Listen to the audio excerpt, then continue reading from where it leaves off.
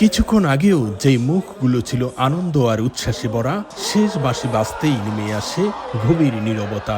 বিজয়ের প্রত্যাশা পরিণত হয় অপূর্ণ আক্ষেপে। ফিফা বিশ্বকাপের গুরুত্বপূর্ণ ম্যাচে স্বাগতিক মেক্সিকোর কাছে হেরে হতাশ দক্ষিণ কোরিয়া।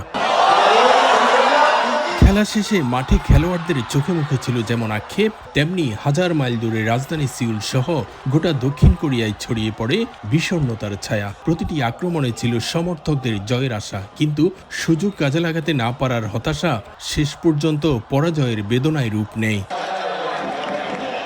চেক রিপাবলিককে 2-1 গোলে হারিয়ে দারুণ এক জয় দিয়ে বিশ্বকাপ মিশন শুরু করে দক্ষিণ কোরিয়া। আত্মবিশ্বাসে ভরা সেই জয় এখনো সমর্থকদের মনে জাগিয়ে তোলে নতুন স্বপ্ন ও প্রত্যাশা।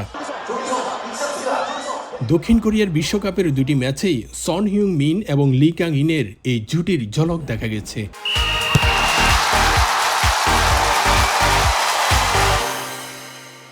তাই সামনে দক্ষিণ আফ্রিকার ম্যাচে সন ও লির জুটির দিকেই থাকবে সমর্থকদের বিশেষ নজর। তাদের পারফরমেন্সে দক্ষিণ কোরিয়ার বিশ্বকাপ স্বপ্নে নতুন আশার আলো জাগাতে পারে বলে মনে করছেন দেহান মিঙ্গুক সমর্থকরা। দক্ষিণ কোরিয়ার মতো একটা ব্যালেন্সেবল টিম, ওই হিসেবে দক্ষিণ কোরিয়ার প্রবাসী হিসেবে খুব আশা করছিলাম যে ম্যাচটা অনেক ইজিলি ভাবে জিতে যাবে। চেক রিপাবলিকের কাছে জয়ে আমরা খুব খুশি ছিলাম, মেক্সিকোর কাছে জিততে না পারায় আমরা খুবই হতাশ। একটা ম্যাচ আছে দক্ষিণ আফ্রিকার সঙ্গে, ওই ম্যাচটা জিতলে অবশ্য পয়েন্ট টেবিলে আমরা আগায় থাকবো।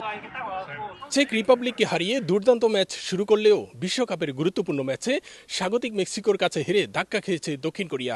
ম্যাচ শেষে শুধু স্টেডিয়ামেই নয়, হাজার মাইল দূরে রাজধানী সিউলেও নেমে আসে নীরবতা। বড় পর্দার সামনে জড়ো হওয়া সমর্থকদের মুখে ছিল হতাশার ছাপ। তবে এই পরাজয়েও দলকে সমর্থন জানিয়ে কোরীয়রা বলছেন নকআউটের স্বপ্ন এখনও বেঁচে আছে। পরের ম্যাচে ঘুরে দাঁড়ানোর আশায় অপেক্ষা করছে পুরো দেশ। দক্ষিণ কোরিয়া থেকে মোহাম্মদ হানিফ, সময় সংবাদ।